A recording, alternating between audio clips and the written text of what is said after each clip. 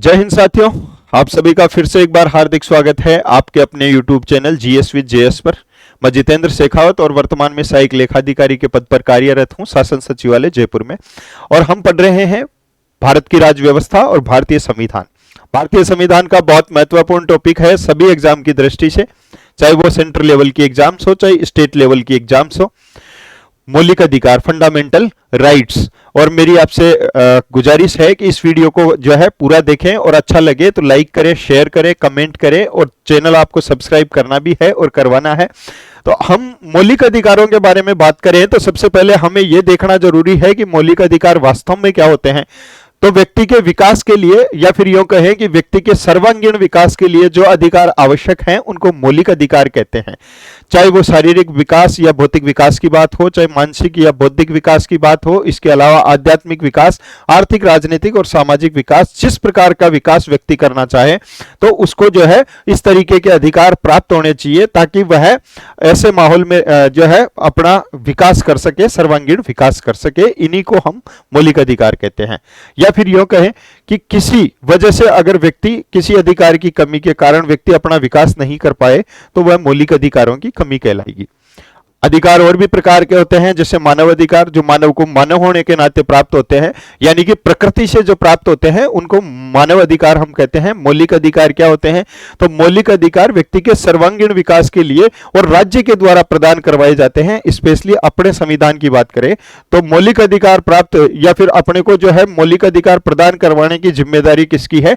तो वो राज्य की है। राज्य से तात्पर्य यहाँ पे चाहे वो केंद्र सरकार की बात हो चाहे राज्य सरकारों की बात हो, कुल मिला के बात है सरकारों से संबंध, सरकारों की जिम्मेदारी है हमें मौलिक अधिकार प्राप्त करवाने की। अगर किसी व्यक्ति को मौलिक अधिकार प्राप्त नहीं होता है तो वह राज्य के विरुद्ध न्यायालय में जा सकता है, और न्यायालय में जा सकता है वह अनुच्छेद 32 में भी दिया गया है, अनुच्छेद 226 में भी इसकी बात की गई है। मौलिक अधिकार क्या होते हैं इसके बारे में हमने समझ लिया। इसके अलावा अन्य अधिकार मानवाधिकार होते हैं, संवैधानिक अधिकार जिनका वर्णन संविधान में हो। सांविधिक अधिकार का मतलब है जिनका जो है निर्माण या फिर कहें कि जो अधिकार संसद द्वारा कानून बना करके प्राप्त करवाए जाएं या प्रदान करवाए जाएं उनको हम सांविधिक अधिकार कहते हैं। विधिक अधिकार का मतलब जो किसी विधि के अंतर्गत, जैसे कि मुस्लिम पर्सनल लॉ बोर्ड या फिर अन्य कोई संस्थाएं जो अपना खुद का नियम बनाती हो और उसके अकॉर्डिंग व्यक्तियों को अधिकार प्राप्त करवाती हो, तो इनको हम विधिक अधिकार कहते हैं। तो मौलिक अधिकारों की बात कर रहे हैं, मौलिक अधिकार का मतलब हमने समझ लिया। अब हम देखें कि सबसे पहले विश्व में कौन से देश के संविधान में मौलिक अधिकारों को जगह दी गई, तो हम पाते हैं कि अमेरिकी संविधान में सबसे पहले मौलिक अधिकारों को स्थान दिया गया। और मौलिक अधिकारों को अमेरिकी संविधान में, मूल संविधान में इनको जगह नहीं मिली थी। संविधान संशोधन के बाद में, यानी कि अमेरिकी लोगों ने बाद में महसूस किया या फिर कहें अमेरिकी सरकार ने बाद में महसूस किया कि राज्य के द्वारा कुछ अधिकार जो है व्यक्तियों को प्रदान करवाए जाने चाहिए, सुनिश्चित किया जाना चाहिए कि सभी को यह अधिकार मिल रहे हैं। तो ये संविधान संशोधन के बाद में, संविधान संशोधन के माध्यम से इनको बाद में जोड़ा गया अमेरिकी संविधान में। इनको मैग्ना कार्टा की संज्ञा भी दी गई है। इंग्लिश में इनको फंडामेंटल राइट्स कहते हैं। तो आज हमने बात करेंगे कि भारतीय संविधान में इनकी स्थिति क्या है। तो आपको पता रहना चाहिए कि मौलिक अधिकार भाग 3 में है, और भाग 3 में अनुच्छेद 12 से लेकर 35 तक जो है, 12 से 35 तक इनकी व्यवस्था की गई है। अब आपको सबसे पहले मैं बता दूं 12 में क्या है। तो 12 में राज्य की परिभाषा है, राज्य की परिभाषा है। 13 में क्या है, तो आपको ध्यान रखना है, यहां 12 में राज्य की परिभाषा है। 13 में क्या है मोटा मोटा बता देता हूं एक बार, ताकि फिर टॉपिक अपन शुरू कर सके। 13 में क्या है? 13 में जो है मानव अधिकारों से या फिर कहें मूल अधिकारों से असंगत विधियां,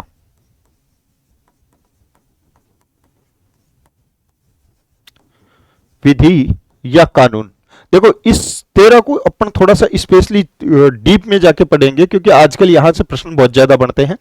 और 13 के बारे में अपन मोटा मोटा पूछे तो इसका कहने का मतलब यह है, 13 में यह दिया गया है कि मूल अधिकारों को कम करने वाली विधि किसी राज्य के द्वारा या राज्य के द्वारा कहें तो चाहे वो केंद्र सरकार की बात हो, चाहे राज्य सरकार की बात हो, या फिर इनसे जुड़े जो है सरकारी संस्थानों से जुड़ी हुई बात हो, अगर उनके द्वारा कोई कानून या विधि बनाई जाती है, सरकार की बात कर रहा हूं मैं, सरकार के द्वारा कोई कानून या विधि इस प्रकार की बनाई जाती है जिससे किसी व्यक्ति के या संस्था के मौलिक अधिकार हैं वो प्रभावित होते हैं या कम होते हैं, तो उन कानून और विधि को जो है रद्द कर दिया जाएगा। किसके द्वारा रद्द किया जाएगा? न्यायालय के द्वारा किया जाएगा। अब न्यायालय कैसे डिसाइड करेगा कि कोई कानून या विधि जो है वो मूल अधिकारों से असंगत है या मूल अधिकारों को कम करती है? तो जिस व्यक्ति को लगेगा कि मेरे मौलिक अधिकारों में बाधा बन रहा है राज्य सरकार या केंद्र सरकार के द्वारा ये बनाया गया कानून, तो वह व्यक्ति अनुच्छेद 32 या फिर अनुच्छेद 226 का सहारा लेके अनुच्छेद 32 के तहत सुप्रीम कोर्ट में और अनुच्छेद 226 के तहत हाई कोर्ट में जा सकता है और फिर कोर्ट के द्वारा रिट जारी करवाई जाती है, फिर व्यक्ति को मौलिक अधिकार दिलवाए जाते हैं और कोर्ट चाहे तो इन विधि और कानून को उस सीमा तक, या तो जिस सीमा तक वो मौलिक अधिकारों को प्रभावित कर रहे हो, या फिर पूरे के पूरे कानून को रद्द कर सकता है। तो अनुच्छेद 13 में जो है मूल अधिकारों से असंगत विधियां और कानूनों के बारे में दिया गया है और यहां न्यायिक समीक्षा की बात भी की गई है। किसकी बात की गई है? न्यायिक समीक्षा की। इसके बाद में हम अनुच्छेद 14 से लेके और 30 तक और फिर अनुच्छेद 32 इनमें आपके जो 6 प्रकार के मौलिक अधिकारों की बात की गई है। 6 प्रकार के मौलिक अधिकारों की बात की गई है और 6 प्रकार के मौलिक अधिकार कौन कौन से हैं? तो 6 प्रकार के मौलिक अधिकारों को हम पढ़ेंगे। तो सबसे पहले हम पढ़ेंगे 14 से लेकर 18 तक समता का अधिकार, फिर स्वतंत्रता का अधिकार, तीसरा शोषण के विरुद्ध अधिकार, चौथा धर्म से संबंधित अधिकार, या फिर पांचवा जो है शिक्षा और संस्कृति से संबंधित अधिकार। लास्ट में 32 में जो इन पांचों यानी कि समता, स्वतंत्रता, शोषण के विरुद्ध, धर्म से संबंधित और शिक्षा और संस्कृति से संबंधित मौलिक अधिकारों को जो सुनिश्चित करे कि किस तरीके से ये अधिकार अपने को मिलेंगे, वो 32 सुनिश्चित करता है। मैंने बताया आपको 32 के तहत सुप्रीम कोर्ट में आदमी जा सकता है। तो इसको अपन बोलते हैं संवैधानिक उपचारों का अधिकार। तो 6 मौलिक अधिकार हैं, उनको इसमें पढ़ेंगे। अब रह गया आपका कौन सा अनुच्छेद? अनुच्छेद 31 को हटा दिया गया। अपन देखेंगे मौलिक अधिकार 6 प्रकार के नहीं थे, मूल संविधान में 7 प्रकार के थे और 7वां प्रकार कौन सा था? संपत्ति का अधिकार था, जो 31 में था। 31 को हटा दिया गया और 31 को कब हटा दिया गया? तो आपको ध्यान रखना चाहिए कि 44वां संविधान संशोधन कब लाया गया था? तो ये 1978 में लाया गया था और इसके द्वारा ये संपत्ति का अधिकार हटा दिया गया मौलिक अधिकारों से। और ये 31 को कहां ले जाया गया? ये कानूनी अधिकार में ले गया। कानूनी अधिकार के तहत इसको शामिल कर लिया और कानूनी अधिकार में शामिल करके और इसको कानूनी अधिकार में कहां जगह दी गई है? 300A में जगह दी गई है। और ये भाग कौन से में है? भाग 12 में है। अगर एग्जाम की दृष्टि से पूछ ले तो आपको ध्यान रखना है। तो अब आपको ध्यान रखना है अपने 12 में राज्य की परिभाषा इसलिए पढ़नी है अपने को कि जितने भी मौलिक अधिकार हैं वो राज्य के विरुद्ध प्राप्त होते हैं। अगर व्यक्ति को मौलिक अधिकार प्राप्त नहीं हो पा रहे हैं तो उसको शिकायत है, तो वो शिकायत किससे रहेगी? वो राज्य से रहेगी और वह राज्य के विरुद्ध जा सकेगा। कहां पे? न्यायालय में। न्यायालय में क्यों जाएगा? कि राज्य के द्वारा अगर कोई कानून या विधि इस प्रकार की बनाई जाती है जो मौलिक अधिकारों को कम करती है, तो मैंने आपको बताया अनुच्छेद 32 और अनुच्छेद 226 के तहत वह सीधा न्यायालय में जाएगा। न्यायालय द्वारा फिर बताया जाएगा कि वह विधि या कानून जो संसद या राज्य विधानमंडल के द्वारा या फिर उनसे संबंधित संस्थाओं के द्वारा जो बनाई गई है वह मौलिक अधिकारों को कम करती है, इसलिए वह उस विधि या कानून को रद्द कर सकता है। क्या कर सकता है? रद्द कर सकता है। कौन कर सकता है? तो न्यायालय कर सकता है। तो आपको यहां बात समझ में आ गई होगी कि जो है विधि या कानून कौन बनाता है? तो विधि या कानून बनाने का कार्य राज्य का है। राज्य के विरुद्ध ही व्यक्ति क्या जा सकता है? न्यायालय में जा सकता है मौलिक अधिकारों को लागू करवाने के लिए। मौलिक अधिकारों से असंगत विधियां, मौलिक अधिकार 14 से लेकर 30 और 32 में दिए गए हैं। यहां कुछ अपवाद हैं मौलिक अधिकारों के। अपवाद का मतलब हो गया कि मौलिक अधिकार सभी व्यक्तियों को मिलेंगे, समान रूप से मिलेंगे, आपको पता होना चाहिए। लेकिन कुछ परिस्थितियां, कुछ व्यक्ति, कुछ संस्थाएं इस प्रकार की हैं जिनके मौलिक अधिकारों में सरकार द्वारा कमी की जा सकती है। ये कहां पे दिया गया है? 31A में, 31B में, 31C में, और यहां बात करें 33 और अनुच्छेद 34 में मौलिक अधिकारों से संबंधित अपवाद। अगर आपको डायरेक्ट प्रश्न पूछे कि मौलिक अधिकारों के अपवाद कहां पे मिलेंगे, तो इन अनुच्छेदों में मौलिक अधिकारों से संबंधित अपवाद मिलेगा। और यहां लास्ट में मैं बात करूं अनुच्छेद 35 और अनुच्छेद 35 में किसके द्वारा जो है मौलिक अधिकार लागू करवाए जाते हैं? तो संसद द्वारा मौलिक अधिकारों के संबंध में संसद द्वारा विधि बनाई जाती है। तो विधि किस प्रकार बनाई जाएगी और किसके द्वारा बनाई जाएगी? अनुच्छेद 35 में है। इस प्रकार हम इस पूरे टॉपिक का जो है ऑपरेशन करेंगे। सबसे पहले अब बात करते हैं क्या, अच्छा, दूसरी बात, अगर आपसे प्रश्न पूछा जाए कि क्या मौलिक अधिकार न्यायोचित है? न्यायोचित का मतलब है कि मौलिक अधिकारों को प्राप्त करने के लिए व्यक्ति जो है न्यायालय की शरण ले सकता है क्या? तो बिल्कुल।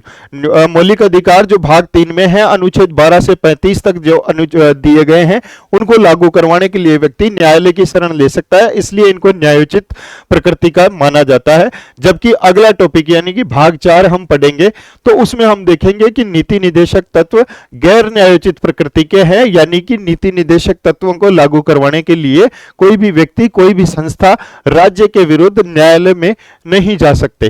तो इस प्रकार ये न्यायोचित प्रकृति के हैं। यहां तक आपको समझ में आया होगा। अब बात करते हैं हम अनुच्छेद 12 की। आज के इस टॉपिक में अनुच्छेद 12 की। तो 12 में क्या दिया गया है आपको पता रहना चाहिए। तो अनुच्छेद 12 में राज्य की परिभाषा है। क्या है? राज्य की परिभाषा। अब राज्य की परिभाषा क्या होगी? तो यहां सबसे पहले एक चीज दी गई है, इसमें 4 चीजों को राज्य के अंतर्गत माना गया है और चारों चीजें आपको ध्यान रखनी चाहिए।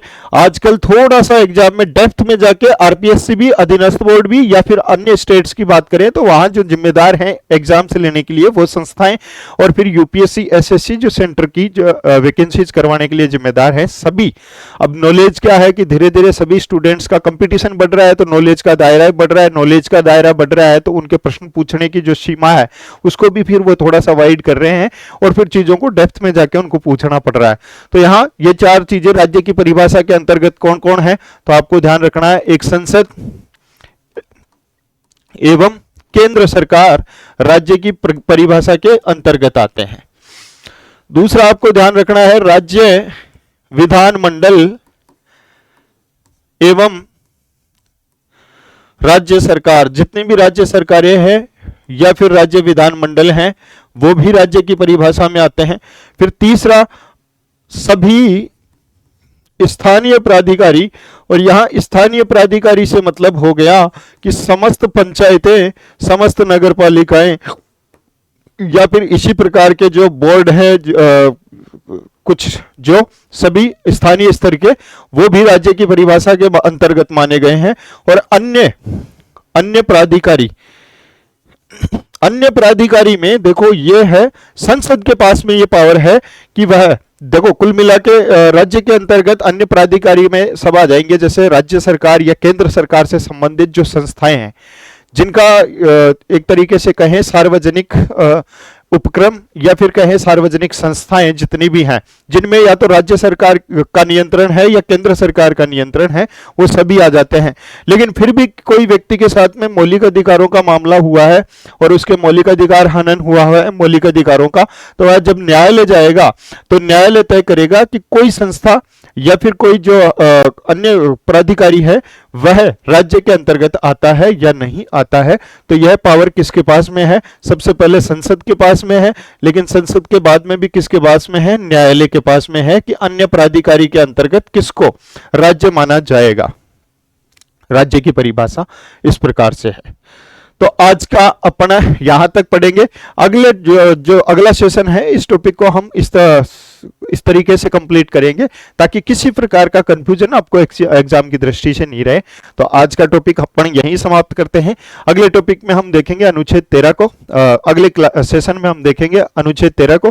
फिर हम एक एक अनुच्छेद को यानी कि समता, एक एक अधिकार को, समता का, स्वतंत्रता का अधिकार, सबसे पहले समता का अधिकार, फिर स्वतंत्रता का अधिकार, फिर शोषण के विरुद्ध अधिकार, धर्म से संबंधित अधिकार, शिक्षा और संस्कृति से संबंधित, और फिर एक संवैधानिक उपचारों का अधिकार, फिर अपवादों को, और फिर लास्ट में संसद किस प्रकार इनको जो है लागू करवा सकती है, इसके बारे में हम पढ़ेंगे। तो आज का सेशन यही कंप्लीट होता है। अच्छा लगा हो तो इस पे कमेंट जरूर करें और चैनल को सब्सक्राइब करना ही है। बहुत बहुत धन्यवाद। Thank you.